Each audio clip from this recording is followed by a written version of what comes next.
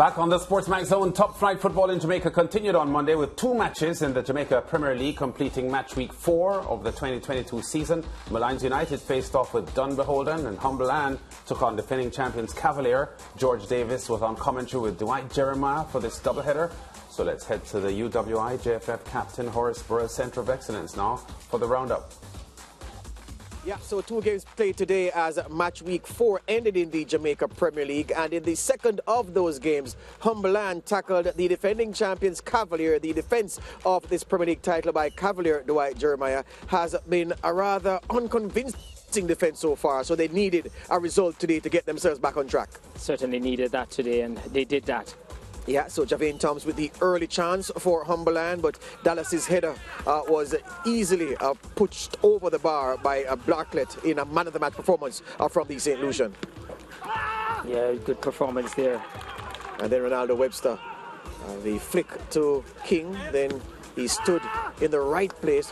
First touch to trap the ball, and then the second to sweep the finish home. Wasn't the prettiest finish, but the build-up was beautiful, Dwight. Yeah, it was really a very good team goal. Lots of passes in that, about 18 passes as well. And then Vishenul Harris played Javane Thompson a little bit wider than Thompson wanted to have gone, and the goalkeeper Bartlett was at his feet in a flash to effect the sliding stave, and he was our man of the match, Dwight, in the second game, Vino Bartlett, because of his handling, the crispness of his handling for the most part, and his decisive interventions in moments when his team would otherwise have been in danger. Yeah, I feel it was a really good performance. His decision making was good. In the end, we thought he was injured, but he said he's a smart boy. His tactics was to hold up time and to get his team some needed rest and to control the game. So I feel it was a really good performance from a goalkeeper. Yeah, and in the early game today, we saw Molynes United and Dunbeholden United battling in that contest. In the end, 1 goal in it, and we'll get to that goal shortly, but there were chances. This excellent pass by Phillips. It was handball by Dean Andre Thomas, and then the volley completing the sequence, but the referee was not to see it. And then Nicholas Nelson placed this free kick off the crossbar. Damon Hyatt happy because he was beaten. And then this moment of madness, the punch by Pringle on Taylor, causing Molynes United to go down to 10 men. Yeah, I feel Pringle, the game was such a good game before that, and Pringle really spoiled it with that madness of that punch. And certainly it really left Molynes with really a hard task. Powell's pass, it was a desperate lunge, and look at Phillips rolling it under his studs and then just drifting it away from the defenders and the goalkeeper for 1-0.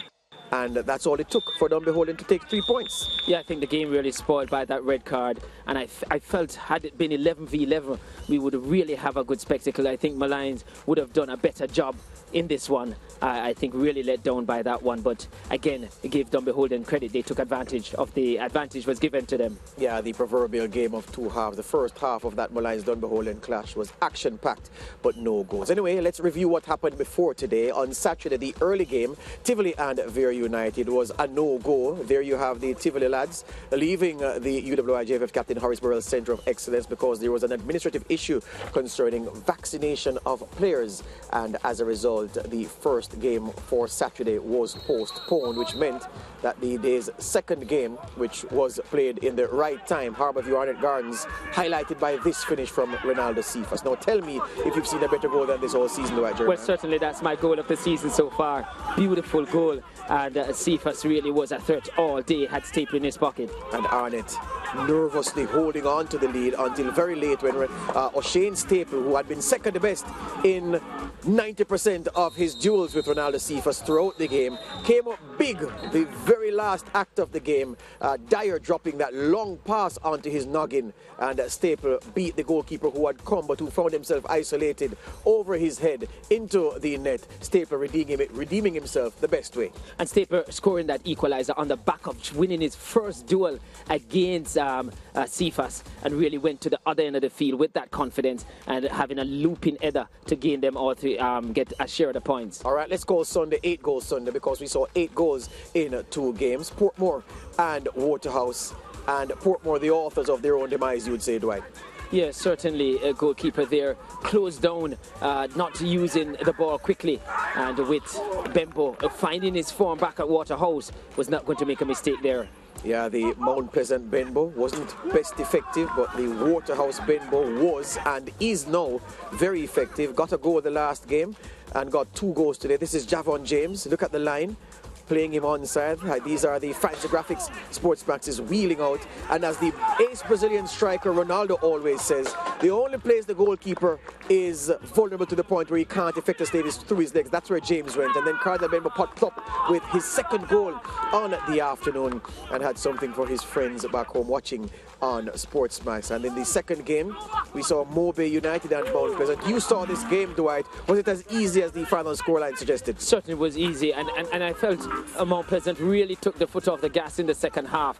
Really could have had more. All 4 goals coming in the 1st half, and you felt Mobay would have been let off the hook by Mount Pleasant, not being as ruthless in the 2nd half as they were in the 1st, but certainly very easy, and Mount Pleasant certainly making their intent clear early in the season. Cleon Price getting in on the act, the ex-Harbourview, ex-Portmore United striker for the final goal. So the full package of results from the match week, the 4th match week in the JPL, postponed. Tivoli Vere, Arnett Harbourview 1-1, Waterhouse beat Portmore 4-0, Mount Pleasant beat Mobay United 4-0, Dunbeholden 1-0 over Molynes United, and the Cavalier 1-0 over Humble Lion. Leaving the table looking like this, only 2 perfect teams left, Waterhouse and Mount Pleasant.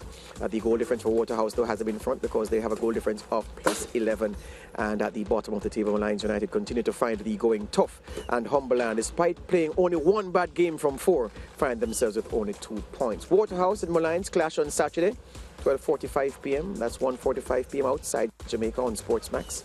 2nd of the Saturday games will see Humble Lion against Portmore United. That's at 3:15, 4:15 EDT, and that's what we saw. So 2 goals today, 2 contrasting games, but I feel for Molynes United, they probably feel unlucky, and there'll be a lot of players in the Molynes camp upset with their number 7, John Christophe Pringle, a young player. He'll learn, but he let his team down today. Yeah, Molynes showed enough to suggest that they will climb the table. They're looking to bring in young players, the coach said. So I felt in that situation they're going to grow in this league, and I felt they put in a good showing today. But it was a good performance today, good showing, entertaining game, and we look forward to seeing more action in this Jamaica Premier League when we come back in week 5.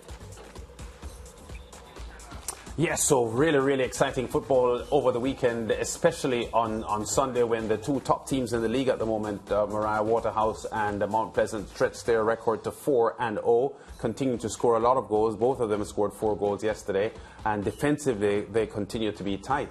The Mount Pleasant team, they've conceded just 1 goal in their 4 games, and Waterhouse have conceded just 2 goals in their 4 games. So they are top of the table at the moment, both of them on 12 points.